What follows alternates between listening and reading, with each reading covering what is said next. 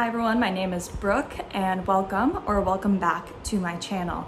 If you're clicking on this video, you're probably a college student or a recent college student who just graduated, and like me, you don't have a lot of money.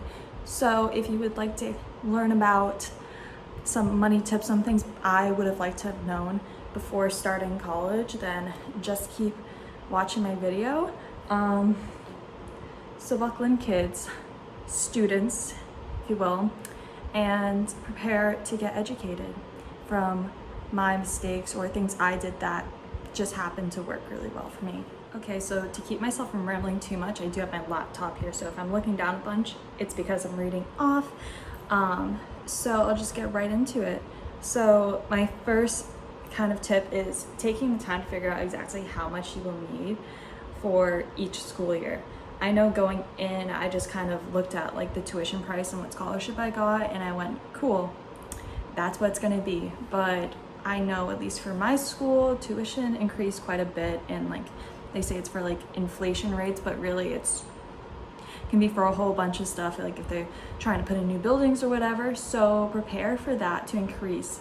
I think my school tuition rate, if I remember correctly, it was usually around like 3 to 4% increase in tuition each year, which, especially depending on where you're going, I went to Boston University, that was a lot. And that's something I wasn't ready for when I was calculating out my college costs initially. And even just about those costs, you don't really consider. I know I kind of just looked at also my freshman housing costs, but that can fluctuate, can go up or down depending on what you think you're gonna do. So if you think you're gonna live in apartments and like really nice apartments on campus or off campus, that can really dramatically increase your college costs.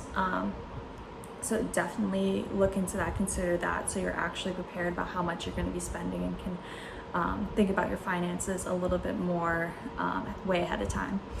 And also with that, I would highly consider looking at RA jobs. I know for BU, you can only be an RA junior, senior year. So I studied abroad junior, so I wasn't able to do the RA position my junior year, but senior year I did it, and it literally saved me $20,000, and I got my own single room. And that also included my room and board, so my dining hall plan was taken care of too because I lived in a dorm style. So that is something that can save you tons of money. But also something, like I said, you just want to plan for ahead of time. That way, you know, you can be on campus for the years that there are an RA position. If you're looking to save money, it was definitely the easiest way to save a big chunk. For number 2, you should first of all decide if you will need to take out student loans, or if there's your parents or someone else in your family that maybe can lend you money. That is definitely the best case scenario. If you do have to borrow money from anyone, if you can borrow it from someone you know, and then that way if they won't charge you interest, or maybe they'll say like only pay me an extra $1,000 back or something, can actually save you so much money, because interest rates on loans can be crazy. Especially, I know I took out loans and I had to have my mom co-sign them, and at the time neither of us had great credit, so those interest rates are pretty high. Not gonna lie, but it's something I needed to do, so yikes. And even if someone else is paying for your education, that's also a conversation you have to have way ahead of time, and sort out those details. And I know a lot of people from high school, they will be getting like scholarships and whatnot to go to college.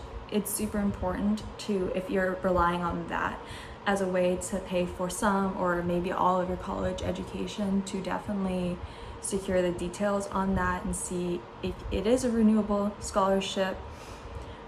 Because I know I got a scholarship from high school that was only a one-time payment. It just went, I got a check for it and that was it. There wasn't going to be any more payments from that. So that's definitely something super important to know, as well as for the renewable ones, if you have to meet a certain GPA or if you have to send in an application. I know some of my friends had ones where it was for 4 years, but they still had to send in an application and just kind of, I guess, like maybe update them on their studies and what their grades looked like. So I know that is something that they were very on top of, because scholarships are super, super helpful and you don't want to lose those. And then even I got a scholarship while I was in college for completing a nonprofit internship. So that's something else I would definitely recommend looking into, because a lot of times you get scholarships for completing different research, doing internships, for study abroad. So definitely while you're there, keep on like asking financial aid and stuff if there's anything you're eligible for, or if there's any way you can become eligible for some of those things. Because I know for a lot of people with internships, it's really hard to even get a first one, because so many of the like kind of starter internships, if you will, like are nonprofits and they don't pay most of the time. So that was my situation, but I was able to actually work at the New England Aquarium through BU's nonprofit internship scholarship that gave me money that basically made it the equivalent from the amount of time I was working at the aquarium.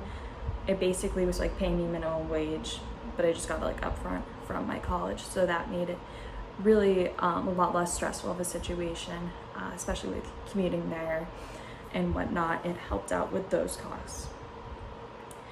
And third kind of tip is, if you have loans, do not wait to start paying them until after you get out of college. I think with like most every kind of student loan you can get, whether it's your federal student loans or private student loans with Sallie Mae, Discover, whatnot, they wait until 6 months after your graduation date for you to have to start paying them off.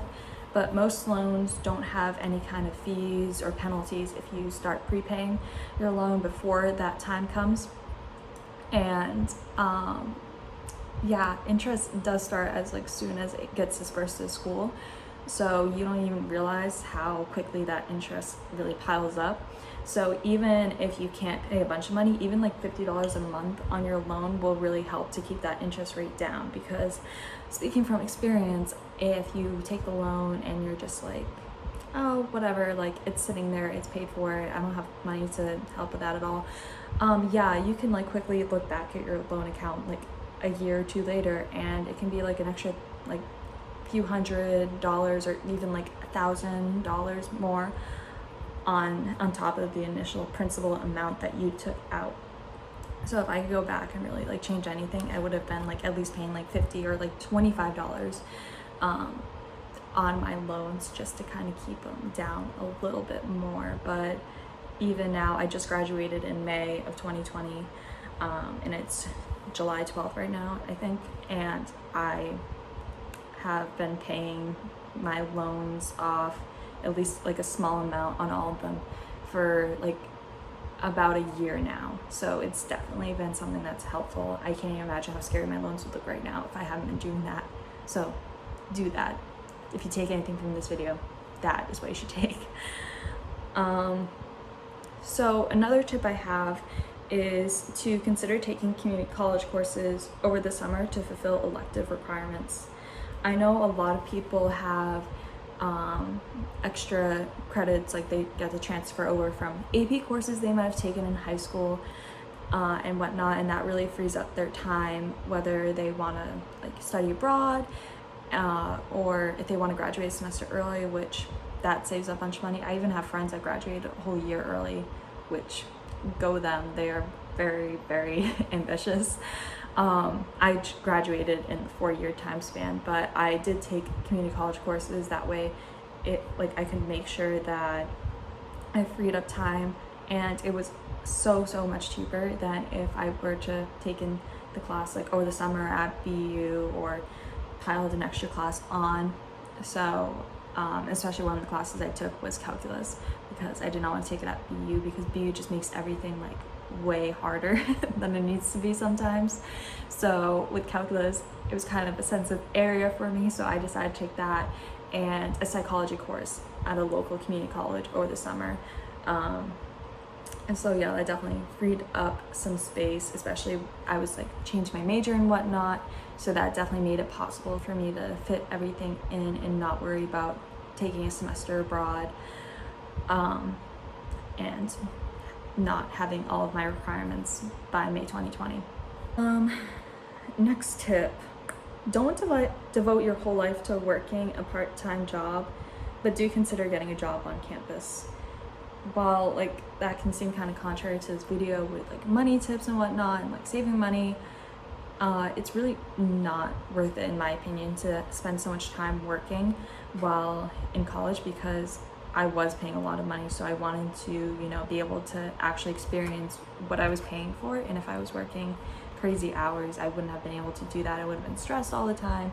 And I definitely realized this more and more as time went on.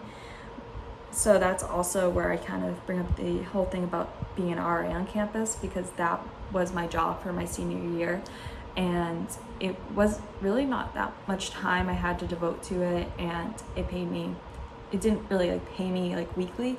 I didn't get a paycheck, but it was like an upfront like $20,000 that I saved, which is way more money that I would have made working any other kind of campus job for minimum wage. So but also having some kind of job, I like recognized that whenever I had some kind of job and some kind of work schedule, it made me just a better student as well, because it didn't allow me the time to procrastinate on all of my projects or assignments and studying.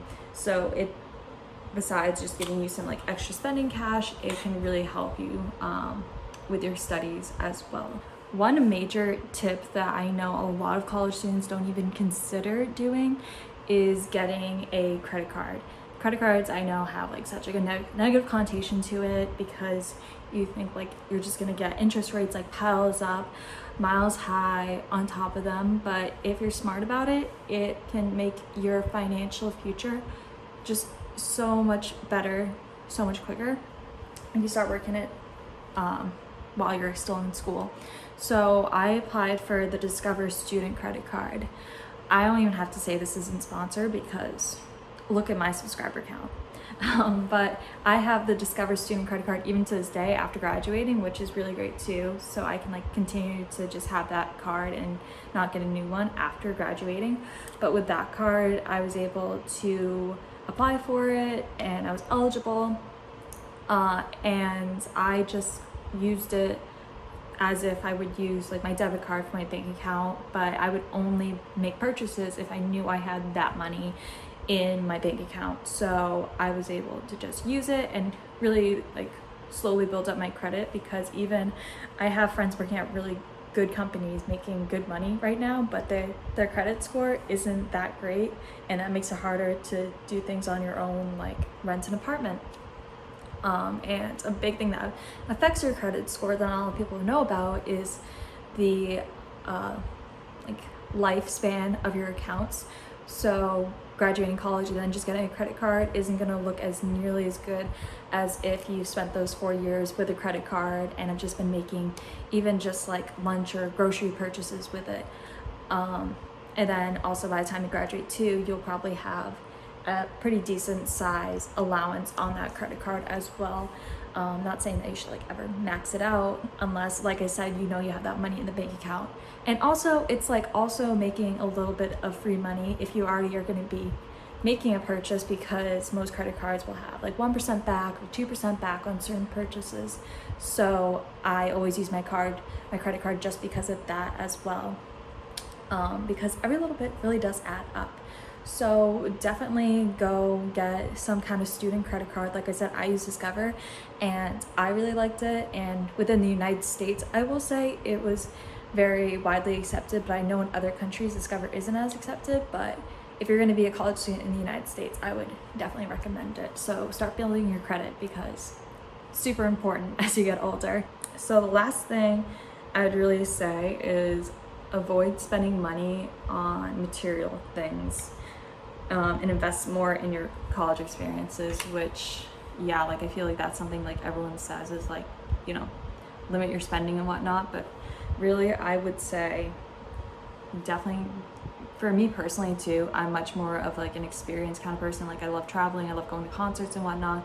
And I find a lot of value when I spend money on those things versus dresses or shoes and whatnot, especially because I feel like stuff nowadays, it's like especially in college, it's a lot more just like trendy pieces. So you'll wear it for like a year, maybe two, and then like you throw it away or you just have it in the back of your closet for a long time, versus like going to concerts or going out to eat with my friends. Like those are memories that I really hold near and dear, especially with like my traveling and study abroad. I highly recommend spending money and, you know, having those kinds of experiences, but maybe really laying back on some of those things that you just feel pressured because you see like your friends buying them. I will say 100%, looking back at your college time, you will definitely be much more happy that you spent money to go on to a concert or out to eat with your friends versus getting a shirt or getting AirPods, whatever it may be.